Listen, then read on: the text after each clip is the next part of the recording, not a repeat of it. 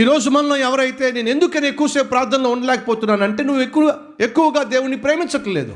దేవుని స్థానంలో లోకం వచ్చేసింది, దేవుని స్థానంలో పాపం వచ్చేసింది, దేవుని స్థానంలో ఒక అమ్మాయో ఒక అబ్బాయో వచ్చేసాడు.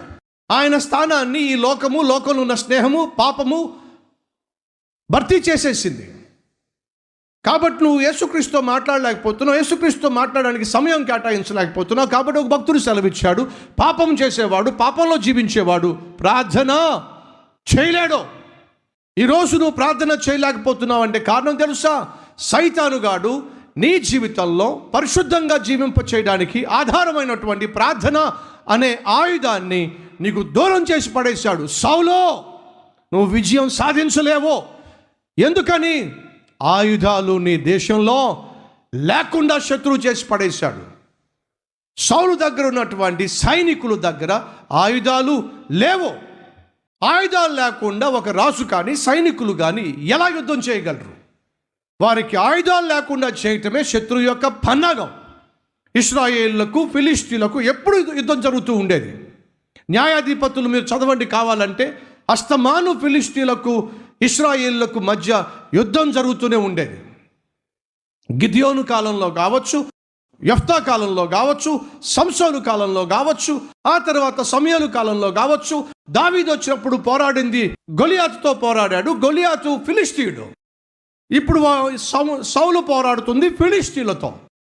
ఈ ఫిలిష్తీయులు ఒక నిర్ణయానికి వచ్చేశారు, ఇశ్రాయేలీయులు మన మీద యుద్ధం చేసి గెలవకుండా ఉండాలి అంటే ముందుగా వారికి ఉన్న ఆయుధాలను మనం సరఫరా కట్ చేసి పడేసేయాలి. కమ్మరవాండ్రు లేకుండా చేసినట్లయితే వారికి ఆయుధం లేకుండా అయిపోతుంది. కాబట్టి మనల్ని గెలవలేరు. ఈరోజు ఈ మాటలు వింటున్న సహోదరులు వినండి. యేసుక్రీస్తు తన శిష్యులతోనూ మనతోనూ చెప్తున్నాడు, మీరు శోధనలో ప్రవేశించకుండా మీరు ప్రార్థన చేయండి. మరి ప్రార్థన చేయాలంటే ఏం కావాలి? అందుకు యేసుక్రీస్తు అన్నాడు, మెలకువగా ఉండి. ఏమిటట? మెలకువగా ఉండి.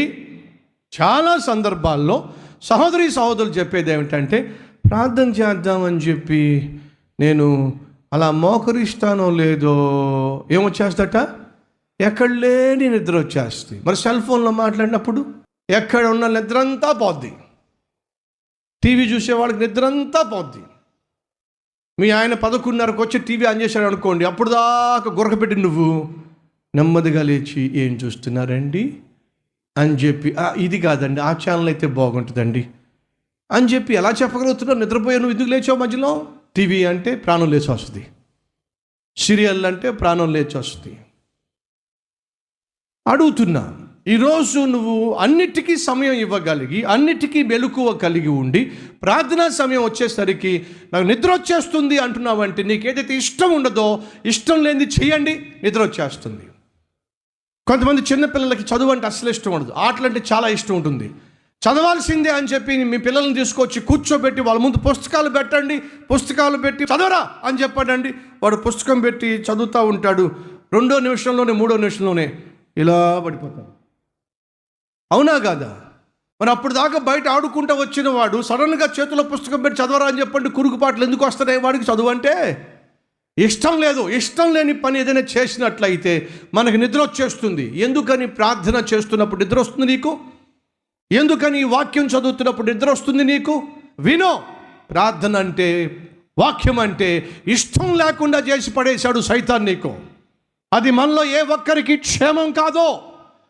లోకాన్ని జయించాలన్నా, పాపాన్ని జయించాలన్నా, శోధనను జయించాలన్నా, సైతాన్ను జయించాలన్నా దేవుడు మనకు ఇచ్చినటువంటి ఆయుధము దేవుని వాక్యము, ప్రార్థన. ఈ వాక్యాన్ని, ప్రార్థన అనే ఆయుధాన్ని నీకు లేకుండా చేయటమే సైతాన్ యొక్క పన్నాగం. సౌలు సైన్యము విజయం సాధించకుండా ఉండాలంటే వారి దగ్గర ఆయుధాలు ఉండకూడదు. ఏమైంది తెలుసా మీకు? సౌలు ఓడిపోయాడండి. యోనాతాను ఒక అద్భుతమైన ఆత్మీయుడు. యోనాతాను దేవుని బహుగా ప్రేమించినవాడు. యోనాతాను దావీదుకు మంచి స్నేహితుడు. అంత అద్భుతమైన ఆత్మీయుడు మూర్ఖంగా వ్యవహరించిన సౌలుతో పాటు తన ప్రాణం పోగొట్టుకోవాల్సి వచ్చింది. తండ్రులో, తల్లులో మీ మూర్ఖత్వాన్ని బట్టి బిడ్డలకు శాపాన్ని తీసుకురామాకండి. దేవునికి దూరంగా జీవిస్తూ, లోకానికి చేరువుగా జీవిస్తూ, పాపంలో మునిగి తేలుతూ తత్ఫలితంగా అద్భుతమైన భవిష్యత్తును కలిగి ఉండవలసిన బిడ్డలకు శాపాన్ని మిగల్చవద్దో ప్రభు పేరట మనం చేస్తున్నా. సౌలు యొక్క మూర్ఖత్వం వల్ల అద్భుతమైన ఆత్మీయుడైనటువంటి యోనాతాను నిర్దాక్షిణ్యంగా యుద్ధంలో ప్రాణం పోగొట్టుకోవాల్సి వచ్చిందండి. ఓటమి పాలైపోతున్నప్పుడు, ఓడిపోతున్నప్పుడు ఏం చేశాడో చూద్దాం రండి. 3వ వచనము. యుద్ధములో సౌలు ఓడిపోవచ్చుండగా అతడు అంబులు వేయు వారి కంటబడి వారి చేత బహు గాయములు నొందెనో. అప్పుడు సౌలు, సున్నతి లేని వీరు వచ్చి నన్ను పొడిచి అపహాస్యము చేయకున్నట్లు నీ కత్తి దూసి దాని చేత నన్ను పొడువమని తన ఆయుధములను మోయువానితో చెప్పగా అతడు భయము చేత అలాగూ చేయనొల్లకుండెను గనుక సౌలు తన కత్తి పట్టుకొని దాని మీద పడెనో, తాను చంపేసుకున్నాడండి. కారణం, దేవుణ్ణి దూరం చేసుకున్న సౌలు ఆఖరికి తను చంపుకోవాల్సి వచ్చింది.